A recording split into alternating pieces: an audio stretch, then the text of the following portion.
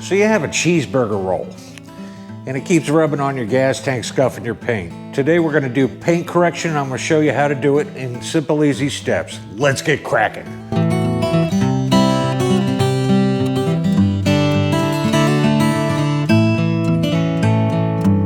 You can see here where I removed the seat, and you can see the scuff marks where it's buffing up against the paint. We're gonna buff those out.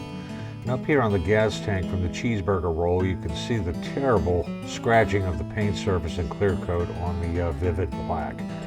We're going to try and knock that out as well, get down to the paint, and buff some of that out. First thing we're going to do is wipe our bike down with a surface cleanser. I'll put links in the description for what products I use. And that basically gets any particles left from your bike wash off of the bike. Next, we're going to give it a quick wipe down with 70% diluted isopropyl alcohol. What this does is remove any of the waxes, oils that are left on your paint so we can get down to a clean surface to work with. Most sealants are petroleum based, and the alcohol cuts right through it and takes it right off. Next, we're going to do what's called claying the paint. And this is a clay bar, kind of like Play-Doh putty that you fold over. And this is like a sponge with clay attached to it. Either will do, and then you'll need a lubricant on it as well. Mist the entire paint surface, and then mist your clay bar as well. And very lightly, no pressure necessary, just let it glide over the paint. And what this clay bar does is it pulls any toxins that got deep-rooted down into the paint. Now what you need to do is, if you're using a clay bar, is fold it over every so often. It's kind of cold, so it's stiff right now. So a lot of people have gone to these clay bars, as they put it, and it's basically a sponge with a clay surface attached to it. Defeats that hassle of having to warm the clay up and keep folding it over as it gets dirty. Now, how long these last, I don't know. I'll find out. So it may not be worth it. It may be better initially, but it may be worse in the long run. Now's a good time to use the surface cleaner and get that residue off from the clay barring.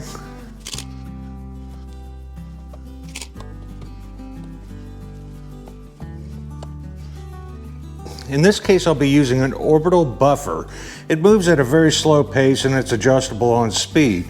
You don't have to buy such an expensive device. This runs about $175. You can buy these attachments that you can just hook to your cordless screwdriver or your drill, and it'll do the job as well. We're going to use an orange buffing pad, which is the medium to heavy cutting, and we're going to use a medium to heavy wax on the first go over.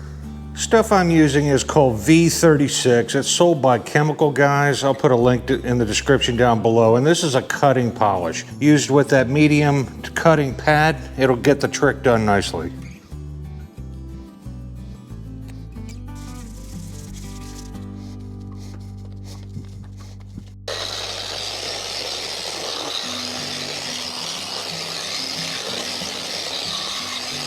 Let's check our progress.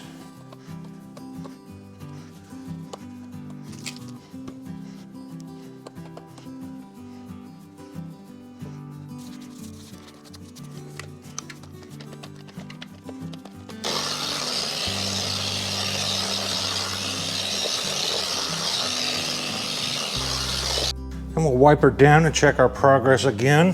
When you're applying pressure, just let the weight of the device resting on the paint do the job. No need to bear down on it.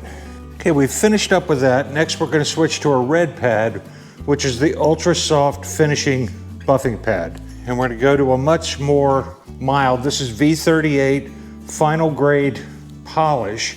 And it's not going to have much properties in it for grinding out those scratches or buffing out those scratches.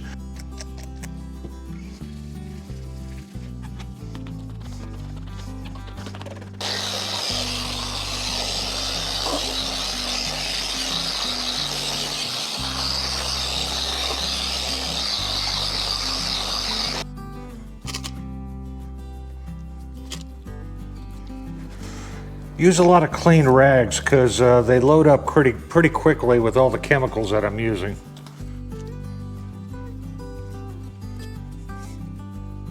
You can see right here where the seat is rubbing, and I've already hit that once with the coarse grade wax. We're gonna hit it a few more times, see if we can get that out and make it a little better. We're gonna up the speed a little bit so it's cutting a little faster.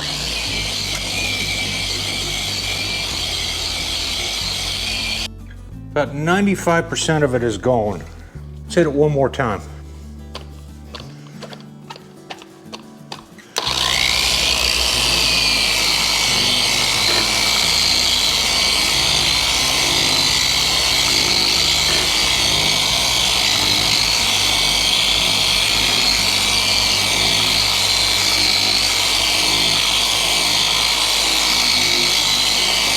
Looking pretty darn good. Right here is what we're talking about. Hopefully that focuses. Let's get a coat of vinyl on it, buff it up, and then we're done with the rear.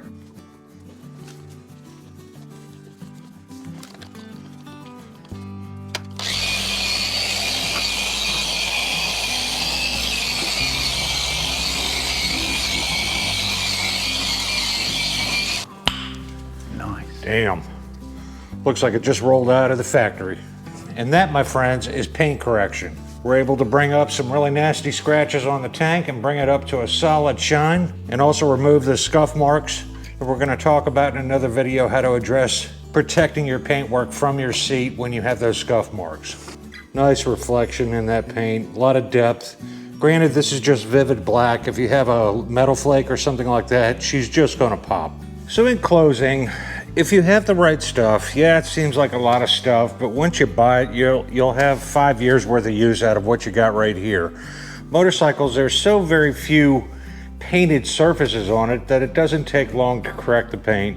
All in all, if I wasn't shooting this film from cradle to grave, I can get my paint corrected in about 30-35 minutes.